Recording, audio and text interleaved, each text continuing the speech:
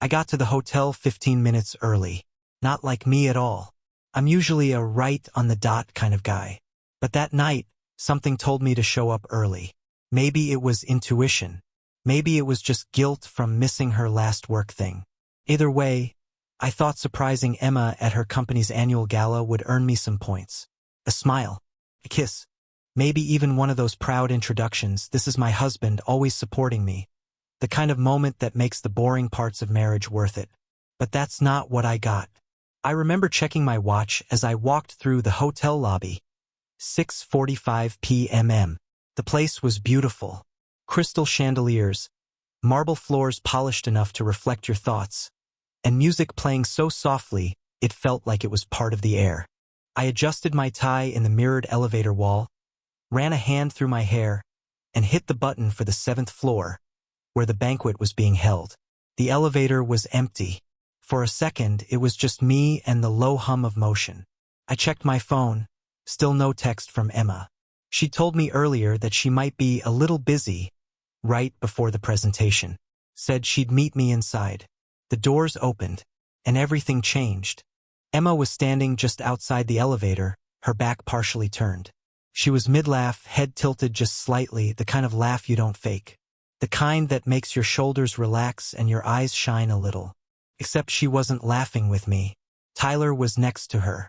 Tall, athletic. One of those clean-shaven types who probably goes for morning runs and knows the difference between cufflinks and tie clips. I recognized him instantly from a few department mixers. He worked in her division operations, I think. Emma had mentioned him a few times, always casually. Too casually in hindsight. His arm was around her waist. It wasn't overt. Nothing scandalous. But it wasn't neutral either. Not the way you'd stand next to a colleague. It was possessive, familiar. And when his hand slid away the moment he saw me standing inside the elevator, it was too smooth, too practiced. Like he'd done it before. Emma's smile faltered for a split second. Barely enough for a stranger to notice. But I did. I saw the way her lips parted slightly, like she forgot how to breathe for a moment. Then she stepped in with me, brushing her hair over her shoulder like nothing happened. "Babe," she said way too brightly. "You're early." "I wanted to surprise you," I said. My voice sounded stiff even to me. She moved in for a quick hug. Her perfume hit me first. A light floral scent she only wore on special occasions. I caught the subtle shift in her posture when I didn't immediately wrap my arms around her. Then I saw it. Right below her left ear, just under her jawline, was a dark plum smear. Lipstick. Not her shade. Emma always wore soft, neutral tones. Dusty rose, pale peach, sometimes a soft mauve. This was different. Bold. Berg *NDY, almost purple. And it wasn't on her lips. It was on her skin. I blinked, took a step back. Her hand *T up, almost instinctively, brushing at her neck like she just realized something was there. "Oh my God," she said, laughing nervously. "That must have been from Claire. She gave me this huge hug earlier. She's wearing this ridiculous lipstick. Looks like something out of a vampire movie." I told her she looked like a Bond villain. She kept laughing, but it was forced. Her fingers kept brushing the spot. I didn't say anything, just stared. The elevator door slid shut behind us. Tyler lingered outside in the hallway. He caught my eye for a split second, and that's when I saw it. That smug, blank expression men wear when they think they're smarter than you. Like he wasn't worried. Like he didn't have to be. "Tyler was just helping me calm down before my pitch," Emma said quickly. "You know how I get nervous as hell before presenting. He's good at talking people off a ledge." "Is that right?" I said. She chuckled again. "Yeah, just being supportive. He's like that with everyone." I didn't answer. The elevator kept climbing, and the silence grew heavier. She turned her body slightly, trying to meet my eyes. "You okay?" she asked. "Sure," I said. I couldn't trust my voice to say anything more. Her eyes flicked to the mirrored wall behind me, checking her neck again. The lipstick was still faintly visible. She opened her clutch, pulled out a compact, and started dabbing at it with a tissue. Her hands were too steady for someone who was caught off guard. Didn't think I'd get makeup on myself before the event even started, she said. What a mess, right? Yeah, I said quietly. Real messy. When the elevator reached the 7th floor, she stepped out first. I followed a step behind. She started walking toward the reception area, but I paused for a second, glancing down the hall where Tyler had disappeared. He was already gone. Just like the moment Emma turned around, giving me a look I couldn't quite read. You coming? She asked. I nodded, but inside, something had cracked. The rest of the night played out like a bad dream. Emma introduced me to a few coworkers, laughed a little too loudly, clinked glasses with people whose names I couldn't remember. I went along with it. I smiled when I was supposed to, nodded when necessary. But my mind kept going back to that lipstick. I watched her all evening. The way her hand lingered on Tyler's arm during group photos, the inside jokes, the glances across the room when they thought no one was looking. It wasn't just in my head. And the worst part was the story. That thrown-together excuse about Claire. The nervous pitch line. The way Tyler didn't flinch, didn't show even the slightest sign of discomfort when I appeared. They were ready for this. They had a script. Later that night, when we got home, Emma went straight to the bathroom. I sat on the edge of the bed, staring at the floor. When she finally came out, she was already in her pajamas, hair tied up, makeup removed. She kissed me on the cheek. Thanks for coming tonight, she said. You're welcome, I replied. Then she climbed into bed and turned off the lamp. I lay there in the dark, staring at the ceiling. The lipstick mark still burned in my mind. It was subtle, but it was everything. After the hotel elevator incident, something shifted inside me. I didn't say anything that night, didn't accuse her, didn't ask more questions. I played along, smiled when she smiled, nodded when she told me how well her pitch went. I even said I was proud of her. But behind my smile, something cracked open. A space I didn't know existed between us. Quiet, cold, and impossible to ignore. Once it opened, it swallowed everything. The next morning, I woke up before her. I sat at the kitchen table staring into a cup of coffee I'd already reheated twice. Emma came downstairs humming, like nothing had happened. Her neck was clean, no lipstick, not even a faint red spot. She moved around the kitchen like we were still the couple we used to be. Lighthearted, domestic, annoyingly in sync. I think I nailed that pitch, she said, pouring almond milk into her cereal. You showing up must have been good luck. I forced a smile. Glad I could help. That's how it started. I didn't confront her. I observed. At first, I told myself I was just being paranoid. Maybe it was Claire's lipstick. Maybe Tyler really was just supportive. Maybe I imagined the way she flinched when I showed up, or how her story came a little too fast, too smooth. But then the memories started coming back. Ones I'd ignored, explained away, or buried because I didn't want to be that husband. There was the night 3 months ago when she came home from late drinks with the team. It was a Thursday. I remember because I'd made pasta and waited for her, candles lit and everything, like some kind of cheesy date night cliché. She texted me at 7:45, running late. Don't wait up. Love you, with a winky face. She got home at midnight. Her hair was perfect, makeup untouched. She smelled like perfume, but not her usual. Something muskier. Her heels were in her hand, like she didn't want me to hear her coming in. I asked how it went. She said, good, just drinks, lots of laughs. Then she kissed me, too quickly, and went straight to shower. That wasn't her normal. Then came the new password on her phone. We never had secrets. She used to leave it on the kitchen counter while we watched TV. She even asked me to text her mom back once while she was folding laundry. But sometime over the last few months, she started keeping it face down. Then came the lock screen, and then Face ID only. I didn't ask. I told myself it was for security. Work-related. Something innocent. I was lying to myself. Little things started piling up. Her schedule shifted, not dramatically, just enough to be noticed. More offsites, more strategy sessions, More client calls taken in the car or with the door closed. The int asterisk Macy between us dried up, slowly and quietly, like someone turning off a faucet one drip at a time. I didn't even notice until one night I reached for her, and she rolled away, mumbling something about being tired. We hadn't touched in weeks. There was a night, maybe 3 weeks after the hotel, that broke something in me. Emma came home late again. Said her team had a working dinner. She was in a pencil skirt and blouse, hair in place, lipstick perfect. She looked sharp, but she didn't go straight to the shower like usual. Instead, she went to the bathroom and locked the door. That wasn't her routine. I waited outside, pacing silently in the hallway like a ghost. I heard the sink run, the soft clinking of jewelry.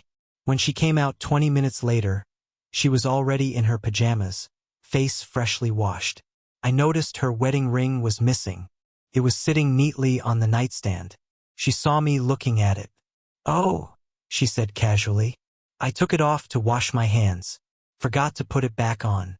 She smiled, like it was nothing. But that ring started spending more and more time on the nightstand. Always with a new excuse. Cooking. Cleaning. I didn't want to get product on it. I stopped asking. Then came the watch. She'd gotten an Apple Watch last Christmas. I barely paid attention to it. It buzzed constantly, but so did mine. I figured it was calendar reminders or fitness tracking. Emma was always trying to close her rings. But one evening, while she was chopping vegetables, she got a message. I was next to her, grabbing something from the fridge when it lit up. Just one line. T. Same time as always? Winking face. That emoji. She saw me glance at it. She immediately pressed the side button, clearing the screen without even reading it. No glance, no acknowledgement. Just click gone. I didn't say a word. She didn't either. We just kept making dinner like everything was normal. That night, I lay awake for hours. My heart was thudding like it wanted to climb out of my chest and run. I stared at the ceiling, watching the shadows from passing headlights dance across the plaster. I thought about the T in her contacts. Tyler. It had to be. There was no one else. I didn't ask. Couldn't. Because once you ask, the answer becomes real. Once you say it out loud. Are you cheating on me? There's no going back. Silence still leaves space for doubt. A question K** LLS the illusion. So I stayed quiet. But I watched everything more closely. She started dressing up more, even when she wasn't going anywhere special. Hair curled, lips darker, perfume heavier. I asked her once if she had a new client. She shrugged. Just want to feel nice, she said. She stopped asking me about my day. Our conversations became logistics, groceries, bills, work hours. There was no, how was your meeting? No, did you hear back from your brother? No int asterisk Macy. No curiosity. One Saturday, I watched her get dressed in front of the mirror. Tight jeans, tucked-in blouse, subtle makeup but enough to be noticeable. She said she was meeting the girls for brunch. I didn't argue, just said, have fun.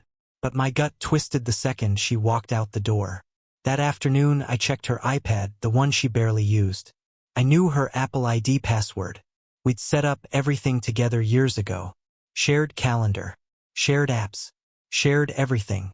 There were no messages, no browsing history, no calendar events. It had all been wiped. Every app she used regularly was signed out. The Mail app, empty. Safari, cleared. Messages, gone. Even her Notes app had been scrubbed. It was like someone hit factory reset on her digital life. I stared at the blank screen, heart pounding. I wasn't just being paranoid. I was being managed, handled. That realization hit like ice water. She wasn't just hiding something. She was erasing it, preemptively, like she expected me to snoop and had already planned around it. I closed the iPad and sat on the edge of the couch, staring into space. I thought about all the little things she said over the past few months. The way she framed everything as just being independent or not needing permission. The way she got defensive when I asked questions. How she twisted concern into control. How every time I tried to reach out, I felt like I was intruding. And still, a part of me wanted to believe her. To believe that I was just being dramatic. That my imagination was running wild. That it was a phase, a disconnect we could fix with a weekend getaway or a few sessions of therapy. But another part, the deeper, quieter part, knew. It knew what was happening, even if I didn't want to say the word out loud. Fair. I'd read about it. Heard stories from coworkers and friends. I just never thought I'd be one of them. One of those guys. The clueless husband. The one who gets blindsided. The guy who misses every sign until it's too late. Except I wasn't clueless. Not anymore. I was watching her unravel us piece by piece. Smile by smile. Lie by lie. And still, I said nothing. Because I knew, deep down, once I spoke the truth out loud, the life we had would end. And I wasn't sure if I was ready to watch it fall. By the time Emma mentioned the trip to Chicago, I had already stopped believing in coincidences. It was a Tuesday morning. She came into the kitchen with her hair still damp, towel around her shoulders, scrolling through her phone like she was reading an important email. I was drinking coffee, half listening to the news. Then she said it casually like it was no big deal. "They're sending me to Chicago next month," she said. 3-day strategic forum. Corporate thing. You know how it is. I nodded, keeping my face neutral. "Who's going?" She hesitated for half a second before answering. "Oh, just a few of us from the department. Tyler's team, mostly. I'll probably be presenting a segment." Tyler's team. That was all I needed to hear. Something cold settled in my chest. I didn't react, didn't question her. I just took another sip of coffee and said, "That's great, Em. You've been wanting to get more visibility at work." She smiled, kissed me on the cheek. Exactly. But when she left for work, I didn't just sit there. I opened my laptop and logged into our shared bank account. I'd never done that before out of suspicion, only for bills and transfers.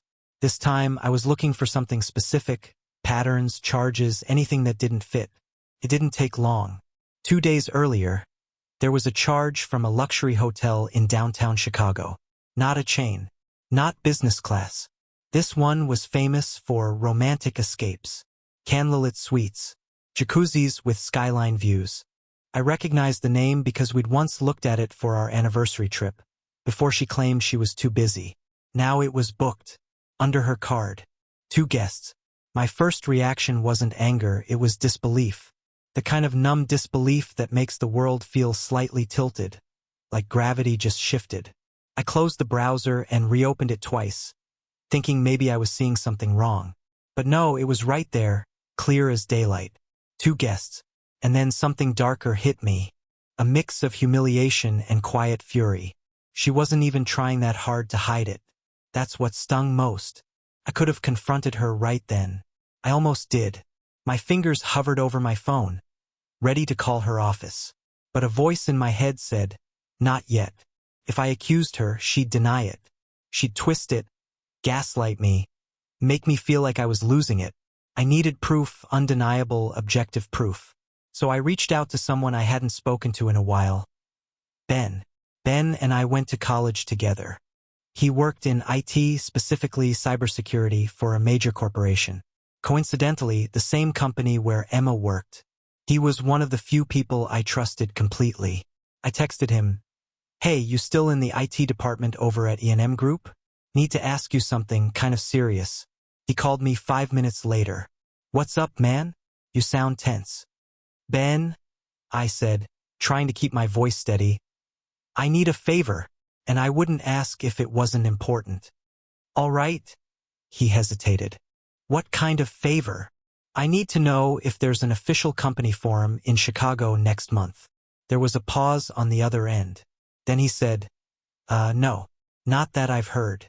We've got some training stuff coming up, but nothing big, and definitely not in Chicago." "Could it be private? Like senior management only?" "No. If there were, I'd know." Silence stretched between us. He lowered his voice. "This about Emma?" I didn't answer. He sighed. "Look, man, I'm sorry. But if she told you there's a company forum, there's not.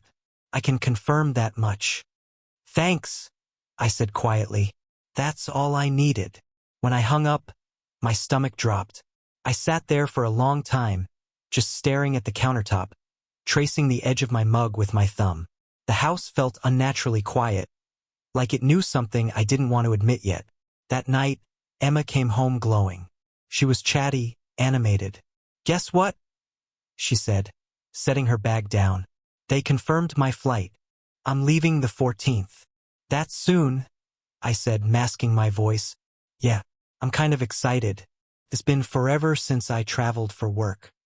I forced a smile. "You deserve it." She kissed me. I didn't kiss her back. When the 14th came, I didn't argue.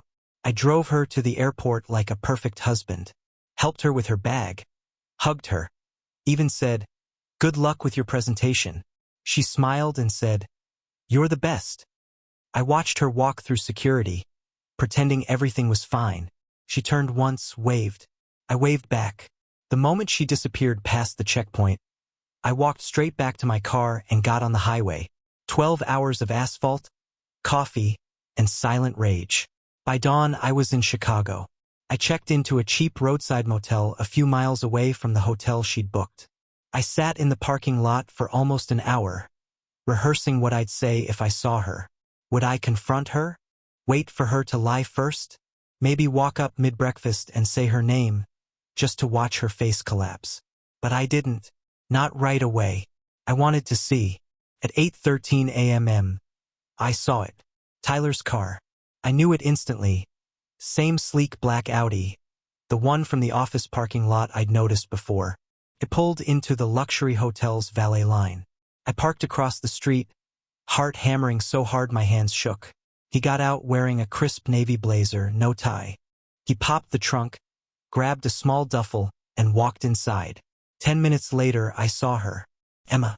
She stepped out of a cab, sunglasses on, hair down, wearing that beige coat she saves for special trips. She looked happy. Too happy. She glanced around briefly, then pulled her phone out, typing something. The valet opened the door, and she walked in without hesitation. No guilt. No pause.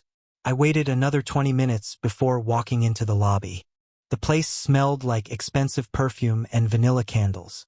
The concierge smiled politely as I approached. "Hi," I said, keeping my voice calm. "I'm supposed to meet my wife here, but she just texted that she's checking in. Can you confirm if she's arrived?" "Emma Ward." He glanced at his screen. "Yes, Mr. Ward. She checked in about half an hour ago." My stomach turned. She booked for 2 guests, right?" "Yes, that's correct." I nodded slowly, forcing a smile. "Perfect. Thank you."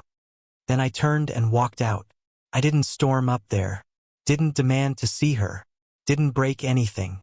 I just stood outside on the sidewalk, breathing in cold air that didn't help.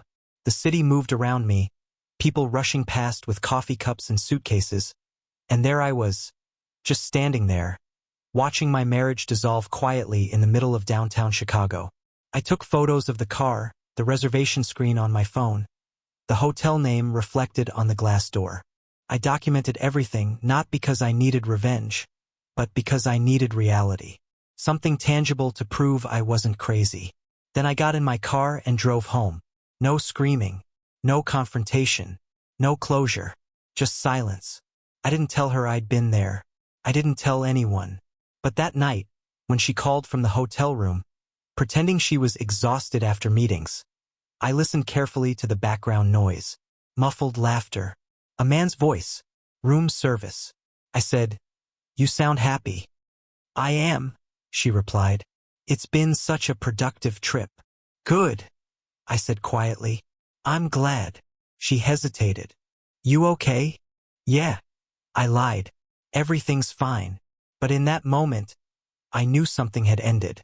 Not with a fight or a tearful confession. Just a quiet, invisible death between us. I let her think I was still the same man waiting at home, oblivious and loyal. But while she slept next to him in that hotel bed, I was already planning my next move. And for the first time since this began, I didn't feel powerless. I felt ready. When I got back from Chicago, Emma was already home. She texted me mid-drive. "Flight got in early. Can't wait to see you." Like nothing had happened. I pulled into the driveway a few hours later and sat in the car for a long time, watching the lights in our house through the windshield. Her silhouette passed by the upstairs window once. Then again. She was humming. I stepped inside and found her in the kitchen, stirring something on the stove like we were just picking up where we left off. "Hey, babe," she said, walking over, arms wide, lips parted. I let her hug me. I even kissed her on the forehead. She smelled like rosewater and lies. "Trip go okay?" I asked, hanging up my jacket. "Yeah," she said too quickly. "Lots of meetings. Honestly exhausting. I need a vacation after that." Then she laughed. "But I'm proud of how it went," Tyler said. She caught herself. A microsecond pause. A tiny flicker in her eyes. Like a fuse blew out. "Tyler said what?" I asked. She blinked, smiled again. "That we make a good team. That our deck K** led." I nodded slowly. "Good to hear." Dinner was quiet. I let her fill the silence, talking about imaginary strategy sessions and conference rooms that didn't exist. She had names for everyone. Fake problems they supposedly solved. I listened with the patience of a saint. And with every sentence, I understood something deeper. She wasn't going to confess. There wasn't going to be a tearful apology. No breakdown. "No, I messed up. Please forgive me." Emma wasn't the type to come clean. She'd rewrite the story until it made her the hero, or at least the victim. And I would become the inattentive husband who drove her away. That's how these things go, right? But I wasn't playing that role. Not anymore. The next morning, while she showered, I opened a new checking account under my name. I made sure it was in a separate bank, no shared logins, no paper mail, no traces. I started forwarding important emails from our joint Gmail to a private address I hadn't used in years. Then I changed the passwords to everything that belonged to me, my retirement account, my health app, my Spotify. Every time she kissed me goodbye, I filed another document. Every time she laughed at her phone screen and tilted it away, I copied another message, another screenshot *T. I wasn't paranoid anymore. I was methodical. I took photos of everything. Her calendar, her luggage, her receipts. I made a spreadsheet. I logged timestamps, hotel confirmation emails, Uber trips from airports she claimed not to visit. Room service orders, 2 entrees, 1 bottle of wine, always the same. One afternoon, she left her Apple Watch charging by the sink while she napped. I opened the Messages app. Just a few were left. Most had been deleted. She wasn't stupid. But one thread stood out. The contact was saved as T. No last name. T. Can't stop thinking about last night. T. You looked amazing in that white top. Still thinking about it. T. Want me to bring coffee tomorrow? Same place? No response from her. Just his messages. But the context was there. She never denied. Never stopped. Just let it happen. That night, while she was sleeping, I exported my entire phone to an encrypted backup. I copied every call log, every bank transaction, every note. I opened a secret folder on my cloud drive and labeled it plainly, Exit Plan. The name made my stomach turn, but I kept going. At first, I wasn't sure what I wanted. Was it revenge? A dramatic confrontation? Catch her mid-kiss and throw my ring at her feet? No, that wasn't me. I didn't want to be loud. I didn't want to yell. I just wanted control. Peace. Clean break. So I started preparing in silence. I spoke to a lawyer, someone discreet, recommended by a friend I trusted. We met at a diner 2 towns over. She ordered black coffee and listened as I explained everything. No interruptions. No judgment. "Do you have documentation?" she asked calmly. "I do," I said, sliding over a USB drive. "Photos. Financials. Timeline." She plugged it into her laptop and glanced through a few folders. She nodded slowly. "This is strong. If you want to proceed, you'll be in a very good position." I swallowed hard. What happens next? We gather more, make sure everything's airtight, and then we wait for the right window. One clean strike. I looked out the window at the gas station across the street. People were pumping fuel, buying snacks, living their oblivious lives. "How clean can it be?" I asked. She leaned back. That depends on how far you want to take it. I took a deep breath. All the way. From then on, everything became deliberate. I stopped initiating affection. I stopped texting her during the day. She noticed at first, asked if something was wrong. I said I was tired, distracted, work was piling up. She nodded like she understood. She didn't push. A week later, she stopped asking. Our conversations became transactional. Who's picking up the dry cleaning?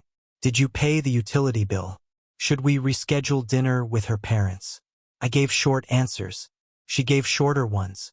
She started staying out later again. One night she came home at 11:40 p.m. claiming she'd gone for drinks with Lacey. I knew for a fact Lacey was out of town that weekend. Emma didn't know I knew that.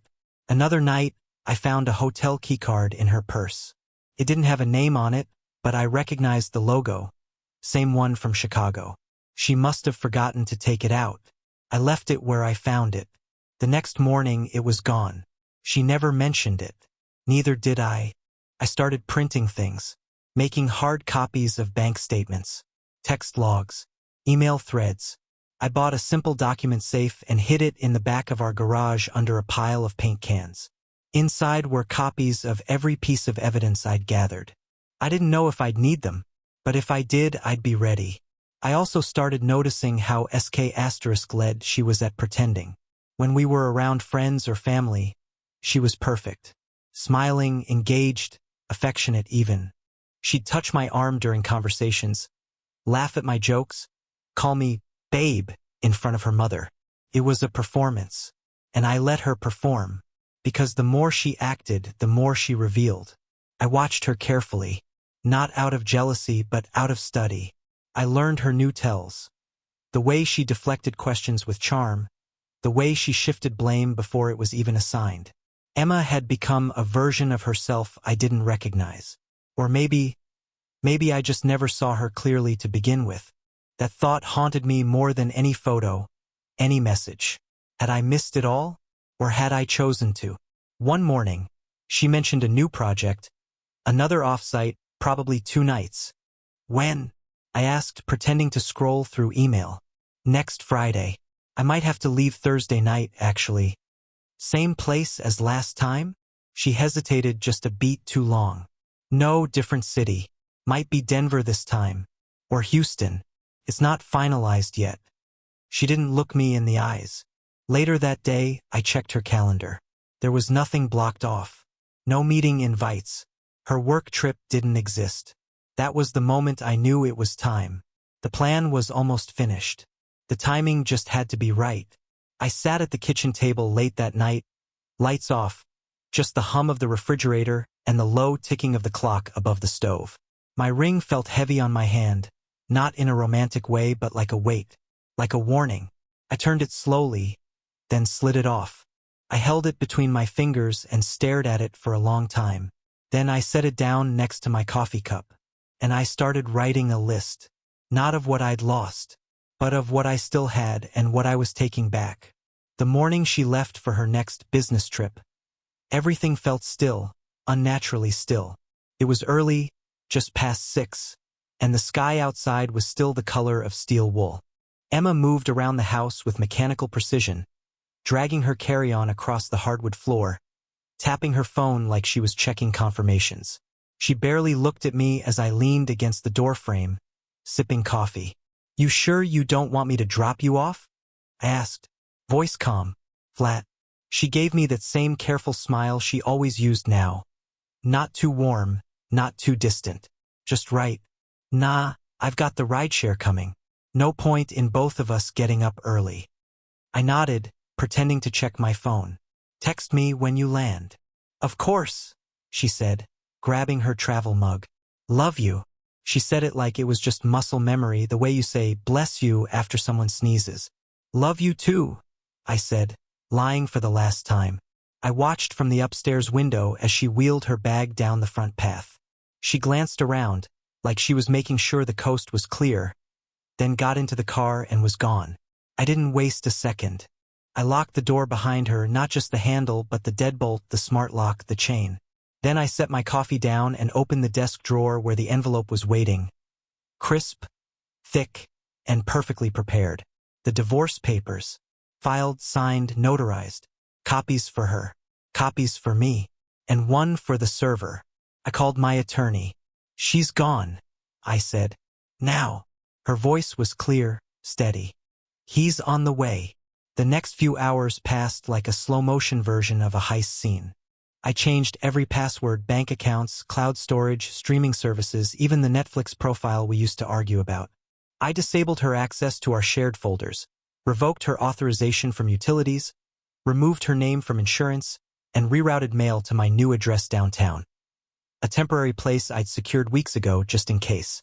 Then I did something petty but necessary. I deleted our wedding playlist, the one we used to listen to during road trips and anniversaries.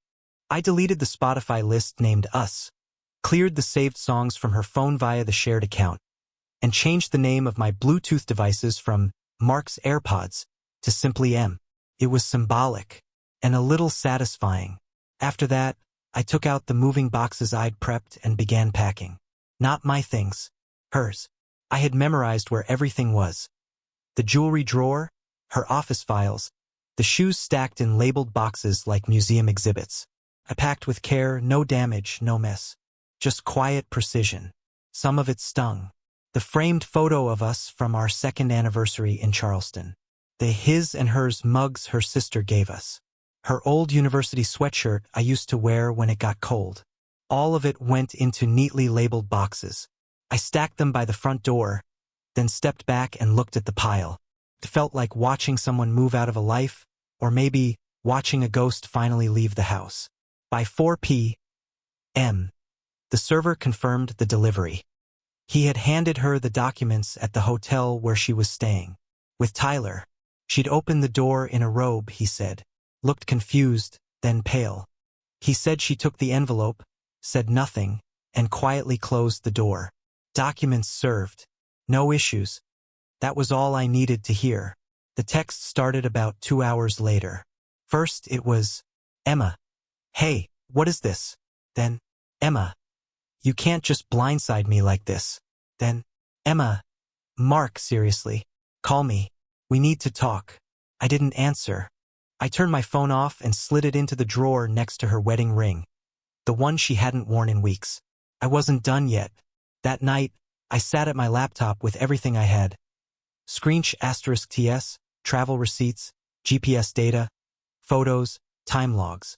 I compiled it all into a single folder, labeled it ENM Internal Misconduct, and wrote a short, anonymous cover letter to her company's HR department. I sent a copy to Tyler's HR too. It was clinical, factual, and deeply incriminating. The report included misuse of company funds, fraudulent claims for travel reimbursement, and breach of workplace conduct policies. I didn't embellish. I didn't threaten. I simply told the truth in their language on their terms. After I hit send, I sat back in the chair and stared at the screen for a long time. There was no joy, no relief, just a strange, quiet clarity. It was done. The fallout began less than 24 hours later. Emma was suspended. Tyler was pulled from a major client account. An internal investigation was launched. Emails were recovered. Company credit card statements were reviewed. Someone in HR forwarded the complaint to the ethics committee. The machine had started turning. Word spread faster than I expected. A friend from her office texted me, unaware of everything, asking, "Hey, is everything okay with Emma? There's some weird rumor going around." I didn't respond. By Friday afternoon, her company-issued laptop was confiscated. Her badge was disabled. She called me 5 times that night. I didn't pick up. On Sunday, Tyler's wife filed for divorce. I found out through a public court records search I'd set up a notification for. Call it closure. Call it curiosity. But the timing wasn't lost on me. Emma came home on Monday. I knew she would. I was upstairs when I heard her car pull in. I stayed out of sight, watching through the blinds as she stepped out, confused, staring at the lock. She tried her key twice. Didn't work. She knocked, then banged, then rang the doorbell. I didn't move. She stepped back, staring at the boxes on the porch. At first, she didn't seem to understand. She walked over, touched one, lifted the flap. She saw the framed photo, her old blanket, her books. Then she saw the envelope tucked into the top box, the one labeled with her name. It had a printed letter from my attorney outlining next steps. Key return, property retrieval protocol, legal deadlines. She sat down on the steps. For the first time in months, I watched her cry. Not fake tears. Not the kind she summoned when she wanted something. Real tears. Shoulders shaking. Head in hands. She cried like someone who had finally realized the damage wasn't temporary. Then, like she always did, she wiped her face, stood up and walked away. She never came back. The silence that followed was both a blessing and a test. She sent a few more texts. One long email. A couple of voicemails where she apologized and said we were worth saving. I didn't answer any of them, because I knew what would happen. She'd say it was a mistake, a lapse, that she was confused, that it didn't mean anything. She'd blame the stress, the pressure, the long hours. She'd say we had drifted, but she'd never say the one thing I needed to hear. I chose him, and I didn't need to hear it anymore. I already knew. The house was quiet now. Too quiet at first. I kept expecting to hear her in the kitchen, singing under her breath while she made coffee. But there was only silence. I walked from room to room like a man stepping through an abandoned museum. Everything was still where she left it, but none of it felt like it belonged to me anymore. So I started cleaning. Not just wiping counters or folding blankets, real cleaning. Emotional cleaning. I took down the photos. I replaced the duvet. I donated her books. I boxed up anything with her handwriting. I didn't do it out of spite. I did it because I had to. Because after months of living in someone else's script, I needed to start writing my own again. And that began with making space. Emma was suspended, then fired. Tyler lost his projects. His wife filed for divorce within days. Emma showed up once more, stood outside the locked door, reading the letter I left. She screamed, knocked, begged. I watched from upstairs, said nothing. She took the boxes and left. That was the last time I saw her. 6 months later, I moved to a quiet town in New Mexico. I restored old furniture, found peace in silence. I met Laura, calm, honest, kind. No lies. Emma received a suspended sentence for corporate fraud. Banned from her field for 3 years. I didn't ruin her life. I just stopped protecting the version she faked. The elevator chimes now, and I don't flinch. Just peace.